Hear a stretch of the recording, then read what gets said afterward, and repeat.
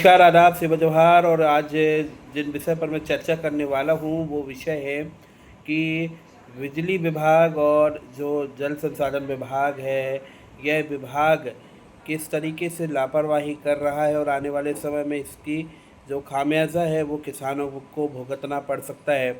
आपको बता दूं, बिजली विभाग के द्वारा अभी तक कई जगह पर ऐसी स्थिति देखने को मिल रही है कि वह मेंटेनेंस के नाम पर कोई काम करते हुए नज़र नहीं आ रहे हैं, ना ही वह कोई ऐसा प्री प्लानिंग करते हुए नज़र आ रहे हैं कि आने वाले समय में लोड शेडिंग या इन सब चीज़ों को ध्यान रखा जाए।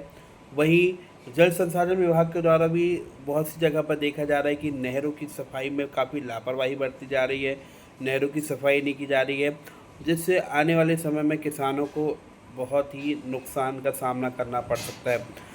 गौरतलब हो कि गौरतलब हो कि विगत कई दिनों से मौसम भी ख़राब है और किसान अभी अपनी फसल भी नहीं काट पाया है। जो उसकी मक्का की फसल है या धान की फसल है वही भी नहीं काट पाया है। जिन किसानों ने काट ली है वह उसको रखने में उनको काफ़ी समस्या का सामना करना पड़ रहा है।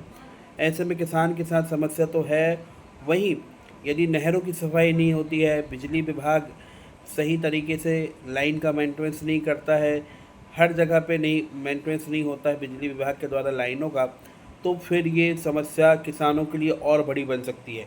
वैसे ही किसान अभी फसल की कटाई में लेट हो चुका है, बावजूद इसके इस ओर कोई ध्यान नहीं दे रहा है। मेरा ये मानना है कि विभाग के जो आला अधिकारी हैं उनको जागरूक होना पड़ेगा और समय से सब काम करने पड़ेंगे, तो किसानों को समस्याओं का सामना ना करना पड़े। साथ ही मैं ये कहना चाहता हूँ कि आए दिन हम देखते हैं कि जो हमारी बेसिक ज़रूरतें हैं, बेसिक चीज़ें हैं, उनके लिए हमें काफ़ी परेशान होना पड़ता है, किसानों को परेशान होना पड़ता है। किसानों को समय पर पर्याप्त यूरिया नहीं मिल पाती, किसानों को समय पर पर्याप्त खाद, बीज, इन सब चीज़ों की उपलब्धता नहीं हो पाती, जिससे कि किसान और भी ज़्यादा परेशान होते हैं।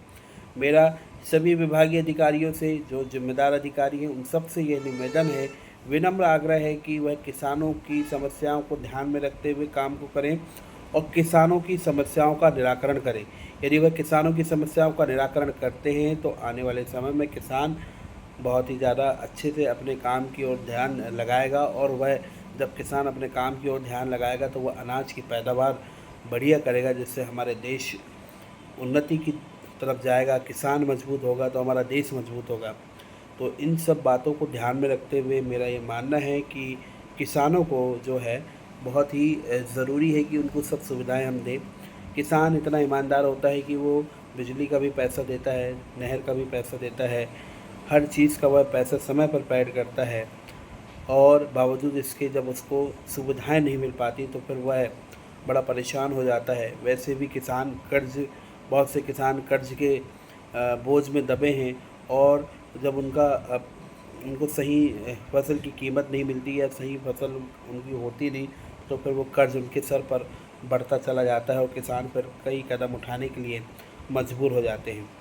तो बस इन सब बातों के साथ कि जितने भी अधिकारी, जो कर्मचारी हैं, जो भी इस क्षेत्र में काम कर रहे हैं, या जल संसाधन विभाग में हो, या बिजली विभाग में हो, या खाद्य विभाग में हो, इन सभी से निवेदन है कि यह समय से अपने कामों को करें, किसानों को सब सुविधाएं समय से उपलब्ध कराएं, जिससे किसान समय से अपनी फसल की बोनी कर सके, किसान समय से सारे काम कर सके, और किसान इत्मीनान के साथ अपनी फसल को उगा सके। इतना कहकर मैं अपनी बात को समाप्त करना चाहता हूँ।